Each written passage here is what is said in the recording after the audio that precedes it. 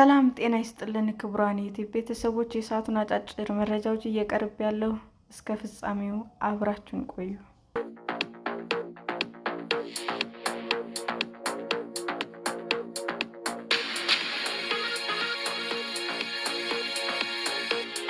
በስርጭት ችግር ምክንያት ማዳበሪያ ለአርሶ አደሩ በአግባቡ እየተሰራጨ እንዳልሆነ ተነገረ።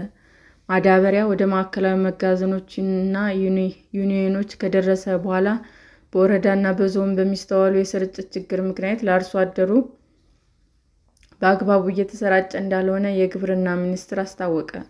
ሚኒስቴሩ ቅዳሜ መጋቢት 26 ቀን 2018 ዓ.ም ምርትና ምርታማነትን ለምግብ ሉዓላዊነት በሚል መሪ ሀሳብ በአዳማ ከተማ ባዘጋጀው የሰብል ልማት ንቅናቄ የውይይት መድረክ ላይ የግብርና ሚኒስትሩ አቶ አዲሱ አረጋ እንደተናገሩት ከአምና የተረፈውን ጨምሮ በአጠቃላይ 20 ሚሊዮን ኩንታል በላይ ማዳበሪያ በእጃችን ይገኛል ብለው ማዳበሪያው ወደ ማዕከላዊ መጋዘኖች እና ዩኒየኖች ከደረሰ በኋላ ግን ለአርሶ አደሩ በአግባቡ እየተሰራጨ እንዳልሆነ ገልጸዋል።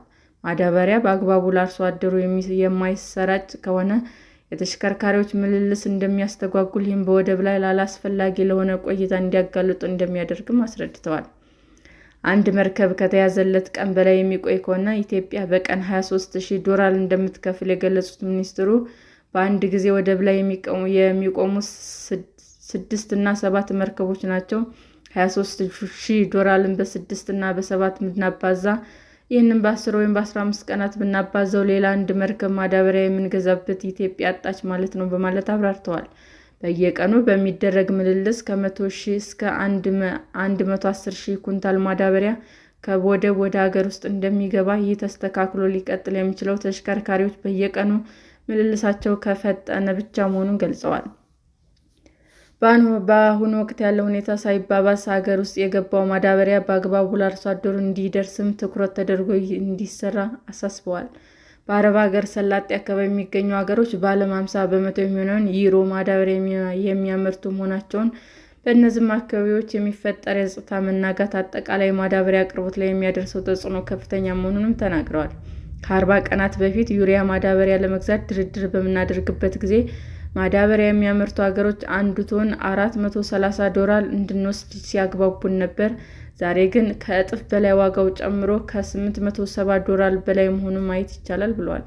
ምንም እንኳን ለዘንድሮ የሚሆን የማዳበሪያ አቅርቦት ቢኖርም በቀጣይ ግን ችግር ሊፈጥር እንደሚችል ጠቁመው፣ ጦርነቱ እንኳን ቢቆም ማዳበሪያ የሚመረትባቸው የጋዝ መሰረተ ልማቶች በመውደማቸው ጠግኖ ስራ ለማስጀመር ዓመታት የሚወስድ በመሆኑ የማዳበሪያ ዋጋ በዚያው ልክ ከፍተኛ እንደሚሆን አስረድተዋል።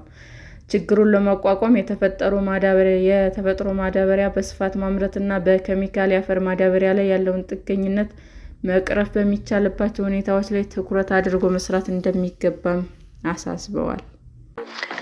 ሰላም ጤና ይስጥልን ውድ የዩቲዩብ ቤተሰቦቼ፣ እንዴት ናችሁ? አዲስ ጀማሪ ነኝና ሰብስክራይብ ያደረጋችሁ አበረታቱኝ። አመሰግናለሁ። የዩቲዩብ አድማጮቻችን ለሰዓቱ ያቀረብኩላችሁ አጫጭር መረጃዎች ይህንን ይመስል ነበር። በሌላ መረጃ እስክንገናኝ ሼር፣ ላይክ፣ ሰብስክራይብ እንዲሁም ቢቀርብልን የምትሉት መረጃ ካለ ኮሜንት እያደረጋችሁ ቸር ቆዩን።